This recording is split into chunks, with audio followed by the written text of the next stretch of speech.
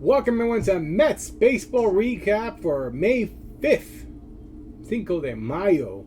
Doubleheader action, and before I even say anything, I did not watch the games. At least not the first one. I was driving, I heard the game, so thanks to Howie Rose, I got some feedback. So let's talk about this. We're going to start with the most obvious thing. The Mets lost game one, so that's definitely a big down. Number two, Mets offense was not there, so that's a down. So let's talk about the Mets offense. Lindor, let's give another down for the lineup. I've been saying, listen, I know a lot of people want to criticize Lindor, and you are right to criticize his performance. He's not playing to what the standards we want. A lot of the Mets aren't.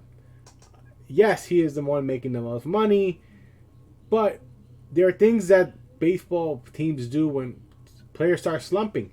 And unfortunately, our manager, Luis Rojas, refuses to do the one thing that he should do, which is move him down. What did he do today? Bat him first. Lindor went 0 for 3 in a short 7-inning game. He didn't leave no one on, at least. But then again, the Mets didn't really do much. The Mets left 11 people on base, though, altogether. Alonso 1 for 2, continued his hitting streak. Conforto went 0 for 1 with 2 walks. Like I said, I feel like he has his eye back. He's starting to see the ball better. 1 for 3 for Pilar. 0 for 2 for McNeil with a walk. McCann 0 for 3. Villar 0 for 3. Amora 0 for 3. And Stroman 0 for 2. I'm going to give Stroman an up. It's a soft up. He pitched 5 innings, gave up 7 hits, 2 earned runs, total 4 runs. There wasn't a big error by Alonso that allowed 2 runs basically to be scored afterwards. He had 6 strikeouts, 1 walk. The 2 runs were there were 2 home runs that he gave up.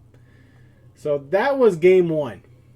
And like I said, nothing good about game 1. Game 1 was a horrific game. Just bad. Bad in every sense of the way. Also, add to the insult to injury, Lindor had an error that led to 2 runs because the next batter hit a home run, I believe it was, if I'm not mistaken. Should have been out of the inning, and instead it ended up causing other 2 runs.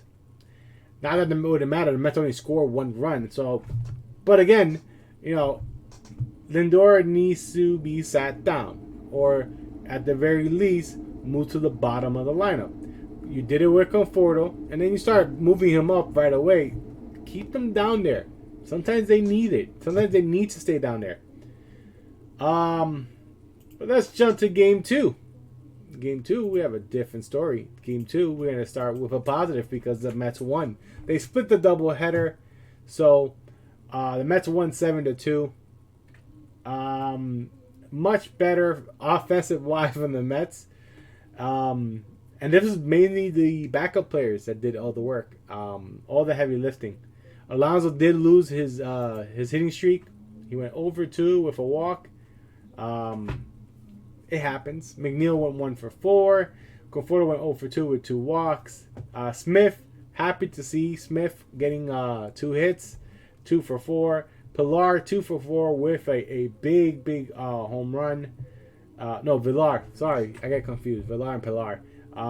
Pilar went 2 for 4, 2 RBIs, 1 run scored in. Villar went 2 for 4. VR 2 for 4 with a 2-run home run. Peraza played third base, 0 for 4. Nito, big day. And I feel bad because Nito should be playing more often. As much as I like McCann, I can't say I like him. He's a big signing. Nito should get more playing time. It's just, he has shown that he is a good secondary catcher. And there's no reason why we shouldn't be using our secondary catcher more often. 2 for 3. He hit a home run, 2-run home run, I believe it was. The Mets This was a bullpen managed game because of what happened to DeGrom. So let's start. Castro pitched an inning.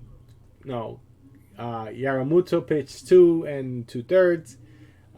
Loop pitched a third. May pitched an inning. Gisselman pitched an inning, and Familia pitched an inning. The Mets only gave up 2 runs. So good job on the Mets pitching on game 2. So we give them all an up. There's no reason why not to give them up. There was a joke that someone said that maybe Luis Rojas would have brought Diaz in to make sure that we get this win. And I was like, he should. And that way he busted it. But that didn't happen. No, he brought Familia and the Mets won. Simple as that. So yeah, Muto got his first win too. As a debut for the Mets. Good job on him. Like I said, the Mets scored throughout this entire game. They did leave 18 people on base, combined with all their hitters, mainly Peraza.